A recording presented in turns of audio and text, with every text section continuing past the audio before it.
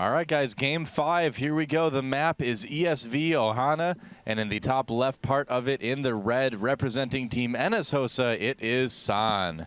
And down in the bottom right, in the blue, from the Team SlayerS, winning last game, bringing his team to a 3-1 lead. So far in this best of 9 in Team Arena Challenge 3, it is CoCa.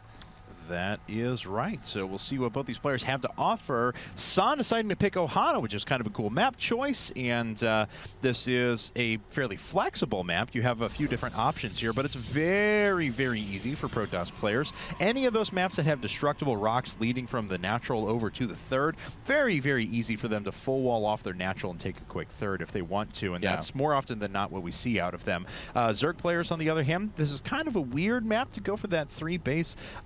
No gas style. I mean, you're obviously going to do that in some regard, but a lot of players will play a very defensive form of that and tech up very quickly on this map.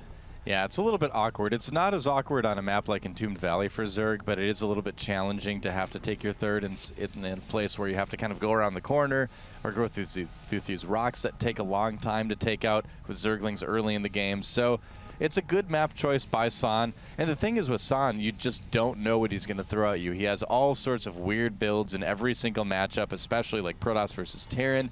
He's really deadly in. Oh, yeah. So there's going to be a lot of thinking going on by CoCa. You know, what is my opponent going to do? Because with SAN, you just really can never tell.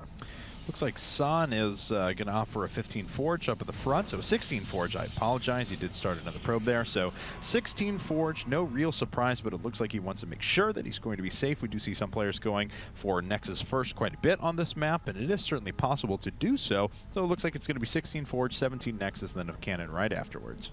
Yep, that is correct. And where he goes from there, nobody knows. That's right. SAN, I wouldn't be surprised seeing him go for carriers.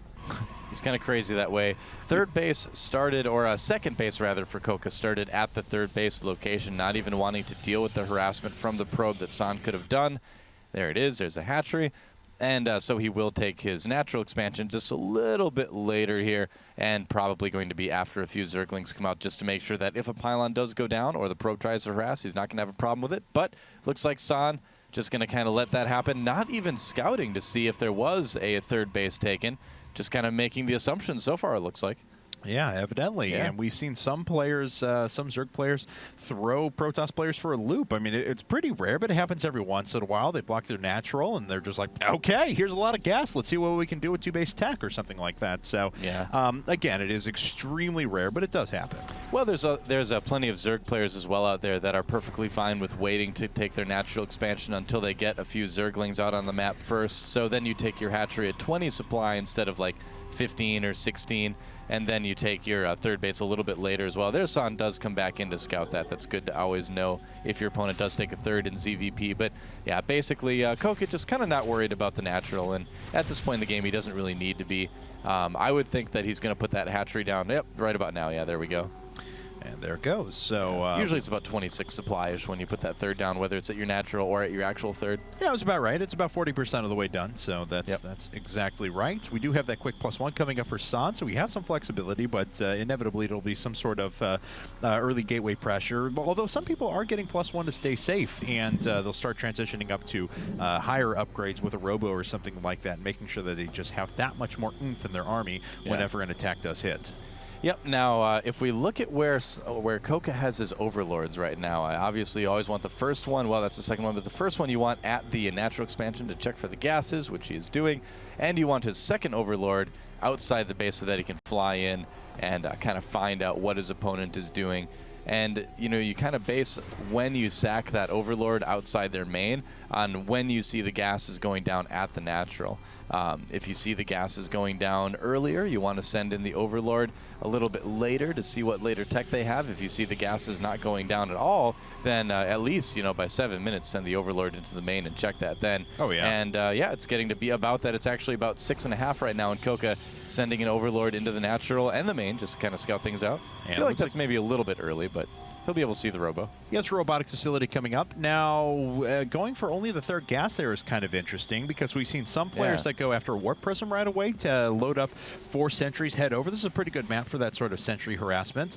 And so we'll see if San decides to go with that. But he does have 3 more gateways coming up, and it could just be Immortals here momentarily. And it is indeed going to be an Immortal. That, of course, is going to allow him to just bust his way through the destructible rocks, take a very, very early third base, and take it very safely, but yet just have a monster economy and tech at his disposal. Yeah, pretty normal build from San actually right now, despite everything we said about him doing, weird things from time to time. He totally does, but, one of the best things about knowing weird builds is that you can do standard builds as well and still kind of make people think a little bit when they play you. And Macro Hatch coming up now for CoCa. So he invests in a Roach Warren, Layer Tech, and an Evolution Chamber, all those coming up at about the same time. And 3 gas, but taken in weird places. 2 of them over at his third, 1 of them over at his main. So just kind of interesting to note there. But, I mean, may certainly be an interesting decision because I guess if he's forced to vacate this third, he has taken quite a bit of the gas from it if it gets denied or something like that and can recover back at home. Yeah, the other factor with that, too, is that, it's a lot easier for San to scout the third base than it is to scout the natural expansion. So if he sees 2 gas at the third base, a lot of players would just jump to the conclusion that that means that there are 6 gas taken by their opponent, and that can suggest all sorts of different tech things. And yeah, I was wondering if we were going to see this from San. 3 Immortal, 7 gate push. Yep, not very common on Ohana because of the map size. Oh, where'd all those Zerglings come from? They were just kind of hiding in the bushes, there. I guess. Wow. That was pretty funny. I had no idea, but... Nope, neither did I. Whoops. A lot of people don't do this push that San is doing on Ohana because of the large map size. So this may end up kind of backfiring, but this is another thing where San just kind of trying to do something unexpected too, and it's going to be a strong push either way. Oh, that 3 Immortal push is so good. It's insane how much firepower you get at this stage of the game, especially with that +1 attack. Sometimes people will even throw in +1 armor on top of it as well. But, that being said, San's really got to watch out. This Immortal, of course, so good because it just cleaves its way through armored units and has those hardened shields up, but if it goes through that, then it's pretty devastating for a Protoss player.